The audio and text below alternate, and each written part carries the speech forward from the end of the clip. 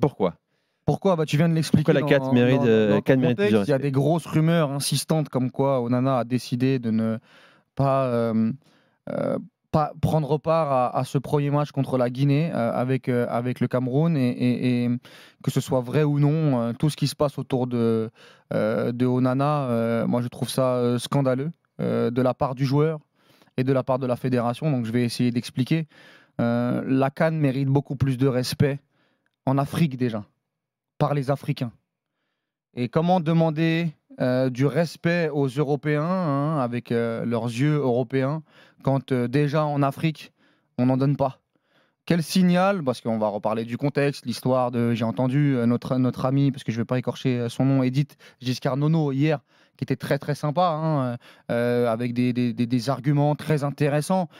En défendant un petit peu Onana par rapport à sa situation, le fait qu'il était arrivé en tant que retraité à Manchester United et que finalement il s'est rabiboché avec la fédération et avec Rigobert Song, parce que l'histoire de Rigobert Song, il faut rappeler que Onana avait eu des mots très très durs envers Rigobert Song en disant que c'était l'entraîneur le plus nul qu'il avait eu dans sa carrière, même si c'est pas, je pense, totalement faux, je sais pas s'il avait à le dire.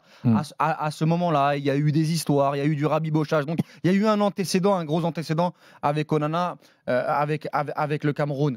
Mais moi, je ne peux pas acheter, quoi qu'il se passe, quoi qu'il arrive, Nico, le fait de galvauder une préparation à la Coupe d'Afrique des Nations, le fait d'arriver en cours de route, Manchester United ou pas Manchester United, en situation difficile à Manchester United ou non, l'histoire de retraité ou non, quel signal tu envoies à ton pays?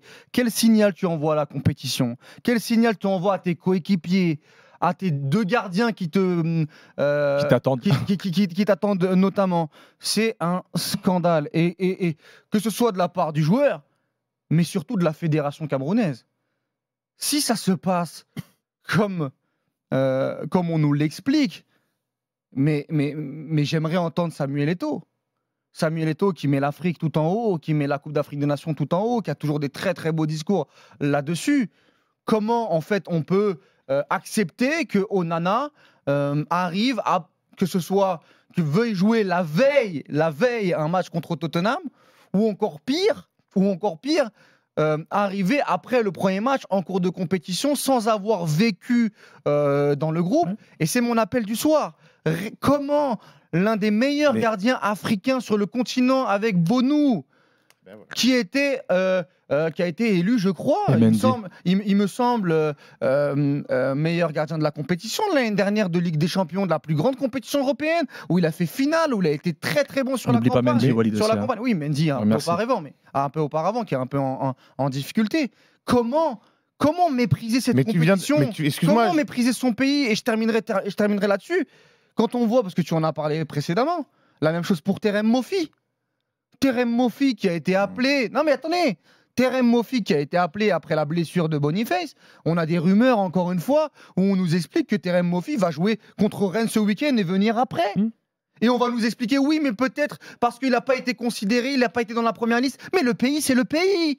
L'Afrique, c'est l'Afrique. Il se passe quelque chose dans le continent africain. Il y a eu une demi-finale de la part du Maroc, historique. Le Maroc va recevoir une demi-finale en 2030.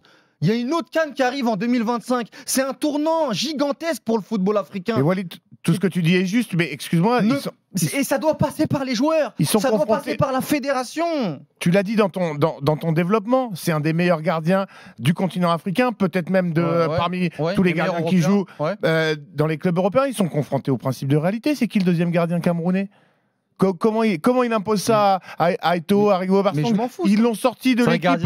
Ils l'ont sorti de l'équipe avant le match contre le Brésil, je crois, en 2022. Mais je m'en fous, c'est une sélection qui a eu ça. Ils n'ont pas le choix. Ils n'ont pas le choix. Soit ils y vont avec un gardien moyen, soit ils y vont avec un des meilleurs gardiens du monde. Et c'est pas grave. Ils se sont coupés de Choupo-Moting qui était titulaire au Bayern Munich l'année dernière.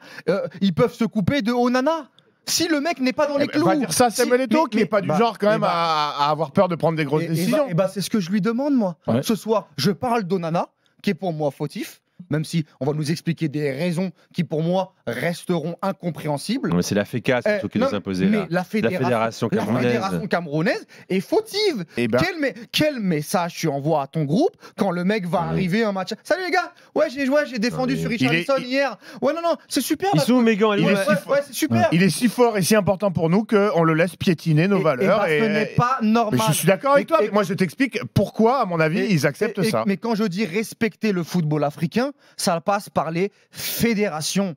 Et la fédération camerounaise, pour moi, est en train... Cet imbroglio, on se fout la honte. On se fout la honte. Et ça, c'est pas normal. Ça, c'est pas normal.